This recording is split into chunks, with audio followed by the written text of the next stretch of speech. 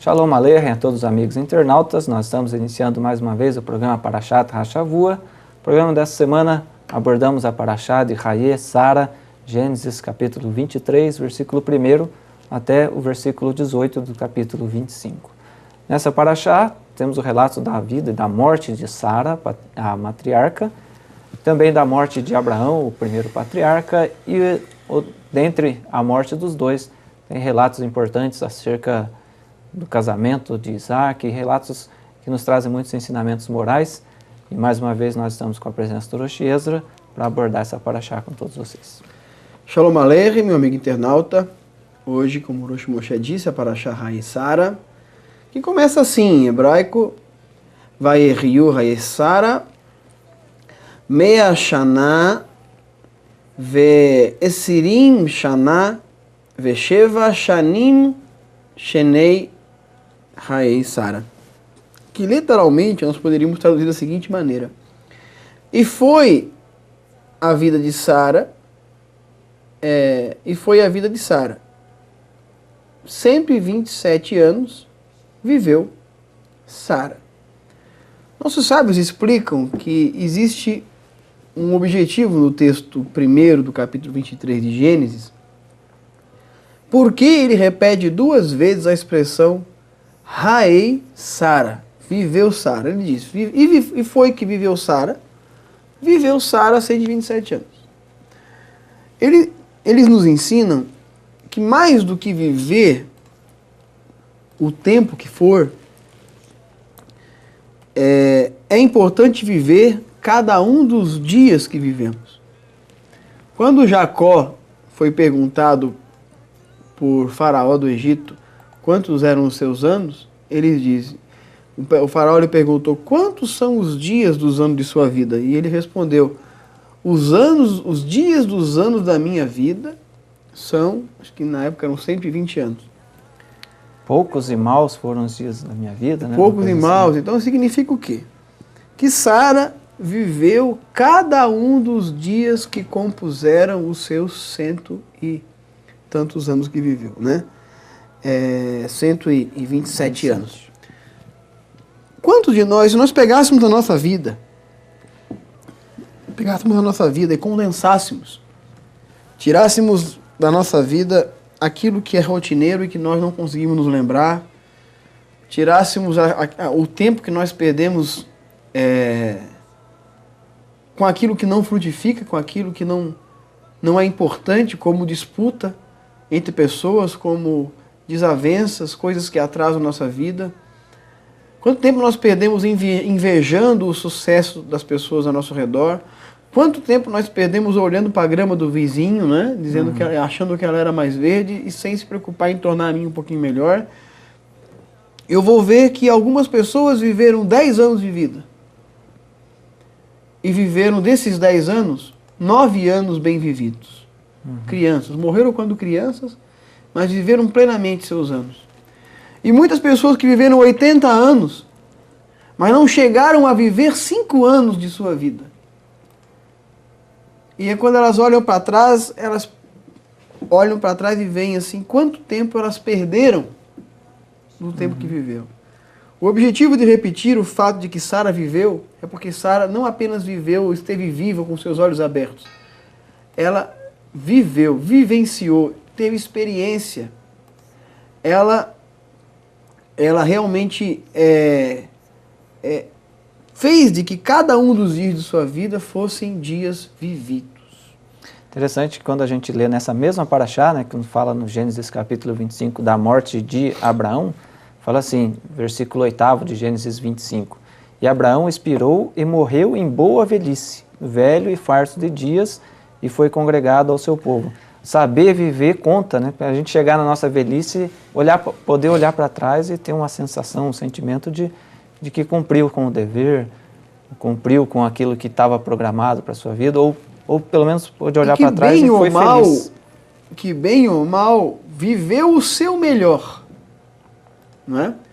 Há um autor protestante, chamado Miles Monroe, que eu li há um tempo atrás um livro dele, que dizia, descobrindo o seu potencial. Algumas pessoas já devem ter lido esse livro, é um livro de autoajuda. Quando eu era adolescente eu li esse livro, na verdade. E esse livro dizia o seguinte, que o lugar mais rico do planeta é o cemitério. Porque lá estão enterrados todos os planos em potencial que as pessoas poderiam ter ao longo de sua vida colocado em prática, mas não conseguiram. Não conseguiram por um sentimento de inferioridade, não conseguiram porque passaram mais tempo preocupados com a vida de outras pessoas, não conseguiram porque não se esforçaram o quanto deveriam, não conseguiram porque ao invés de se ver dentro do seu potencial, invejava o potencial de outras pessoas e acabaram enterrando consigo todo o seu grande potencial. Muitos de nós nos enxergamos de maneira errada, ou algum de nós nos enxergamos mais do que realmente somos, outros nos enxergamos menos do que realmente somos, e nos dois casos você morrerá sem ver o seu potencial realizado.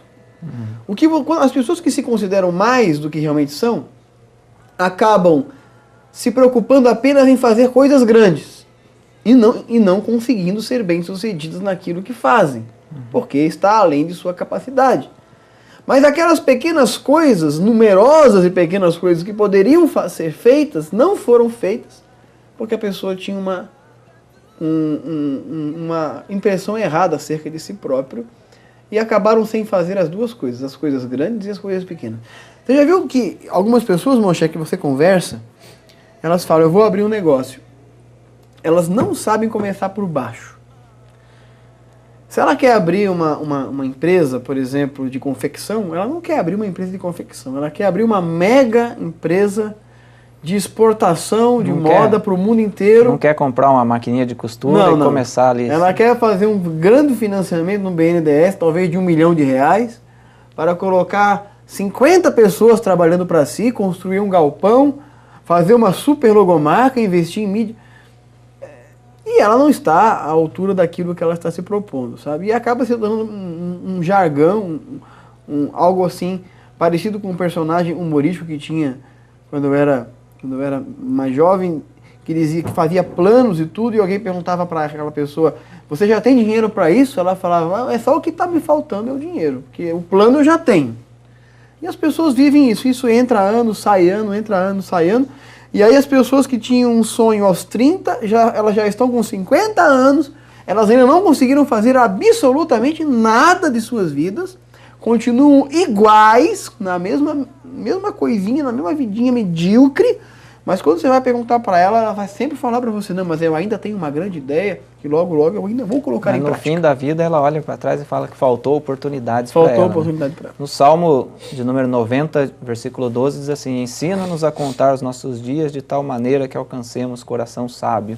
Quando a gente lê esses textos, quando a gente vê a vida das pessoas, você pode ler biografias, né, de pessoas influentes, elas sempre tiveram um começo, em geral, ainda jovem, e daí buscaram atingir os seus objetivos. E quando a gente assiste filme, quem gosta de assistir filmes, e tem muitos filmes que mostram como se fosse o último dia da vida da pessoa, a pessoa corre para cumprir, para conseguir fazer tudo aquilo, mas ela teve uma vida inteira e não foi capaz.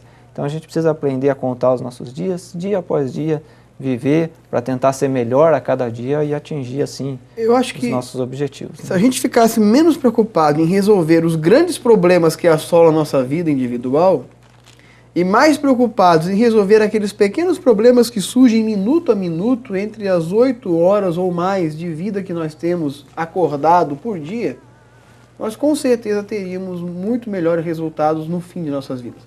O que eu estou querendo dizer? Ao invés de você se preocupar em ser médico, hoje, preocupe-se em cursar bem sua 5ª série primária. Antes de você se preocupar em ser o melhor aluno da 5ª série, preocupe-se em estudar para a próxima prova.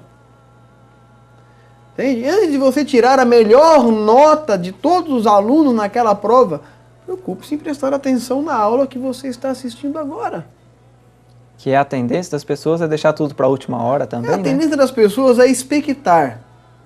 A verdade é essa, Moshe. Eu preciso expectar. Claro que eu preciso expectar. Claro que eu preciso ter expectativa. Claro que eu preciso sonhar. É parte, é o dínamo. O ser humano só conseguiu... Nós hoje só viajamos de avião para Israel e não de barco, demorando talvez 2 anos, porque algum homem um dia expectou voar. Está lá na mitologia grega, a figura de Ícaro, que fez asas para si. O homem sempre teve a expectativa de um dia voar como os pássaros e por causa disso, homens, Santos Dumont, os irmãos Wright, seja quem for, foram, antes de tudo, empreendedores de suas vidas. E eu acho que falta em nós um pouco de empreendedorismo pessoal. Quando a gente fala em empreendedorismo, as pessoas só logo pensam em alguém que vai montar um negócio. Mas a nossa vida é um empreendimento. Um empreendimento que deve viver cada dia o seu dia, deve pagar os tributos. Nossa vida tem tributos a serem pagos, tem pessoas a serem pagas. Por exemplo, Moshe, a gente acabou entrando num assunto aqui na Paraxá que eu acho que tem a ver, que é uma abordagem muito usada para ela, mas que de repente fugia até um pouco do que a gente estava pensando em falar. Mas veja bem, quando você abre uma empresa, você tem funcionários que trabalham para você e ajudam você a lucrar, e é justo que você pague para eles um salário à altura. Mas ao longo da sua trajetória, você teve pessoas que trabalharam para você, que ajudaram você a chegar onde você está. Quanto você se preocupou ao longo da sua vida em remunerar aquelas pessoas, não com dinheiro necessariamente, mas valorizar aquelas pessoas e de criar vínculos? Porque, com toda certeza, o que vai nos garantir um futuro melhor não são o quanto nós conseguimos nos aproveitar das pessoas, mas o quanto as pessoas conseguiram aproveitar de nós e quanto vínculo nós conseguimos ter com essas pessoas, porque no final da vida nós encontramos pessoas que vão nos ajudar e que foram aqueles que ajudamos lá atrás. E a gente acaba vivendo uma vida inteira ganhando guerras, como eu falava há pouco com alguém ao telefone, ganhando guerras e perdendo a paz, conquistando fronteiras e perdendo amigos. E eu chego no fim da vida me sentindo solitário e achando que a minha vida foi mal vivida, diferente de Sara.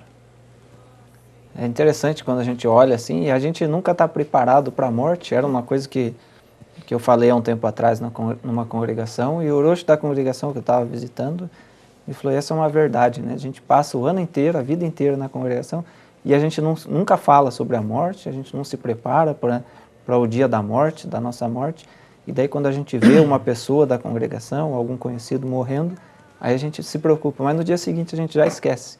Há pouco tempo atrás, ontem eu comentava com a minha esposa, morreu um parente nosso, e ontem ela falava: faz 3 meses que aquela pessoa morreu. E a gente ficou espantado. 3 meses já? Pois é, faz 3 meses. E a gente não se dá conta disso, e as coisas vão passando, e a vida vai tomando rumos que nem sempre é aquilo que a gente planejou, mas acaba levando boa parte do nosso tempo. Sara viveu 127 anos bem vividos, né? E morreu ao lado do seu marido, e Abraão continuou a sua vida, tocou a sua vida